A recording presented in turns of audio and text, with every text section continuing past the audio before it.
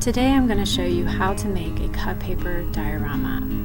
Supplies you'll need for your base are 1 9x9 inch paper, 1 9x12 inch paper, glue, and some scissors. So on the larger piece of paper, make about a 2-inch fold along one of the long sides. Open it back up and then fold the paper in half like a book. Then open it back up, get scissors, and make a cut, about a 2-inch cut along the middle fold to create 2 flaps. Then fold the 2 flaps on themselves, and where they overlap, apply a little bit of glue, and this way the walls of the diorama will stay upright. Then grab the base paper, the 9x9 inch paper, apply a little bit of glue on 2 sides, and press it on the 2-inch flaps.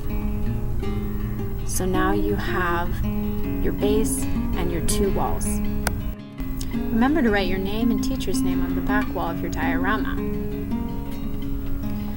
Tips for decorating your diorama. First, you want to measure and cut your background land. So you can see I'm cutting out a darker background, and then I chose to add in a lighter background.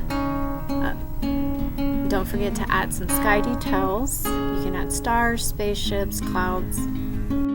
Use marker or more cut paper to add details and textures to your background land. Now that the background is complete, you want to cut and decorate middle ground objects. So these objects are slightly smaller because they're in the middle ground. In order for them to pop up, fold the bottom of your middle ground objects to create a tab and add glue so they'll stand up.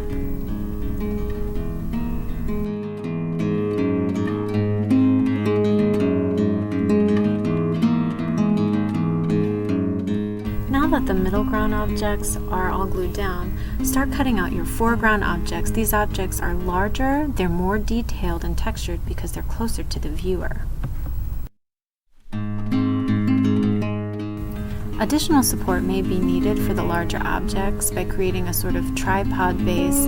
Attach a piece of paper to the object and then to the ground. When you're finished, you should have a pretty detailed foreground, some middle ground details, and a nice textured flat background.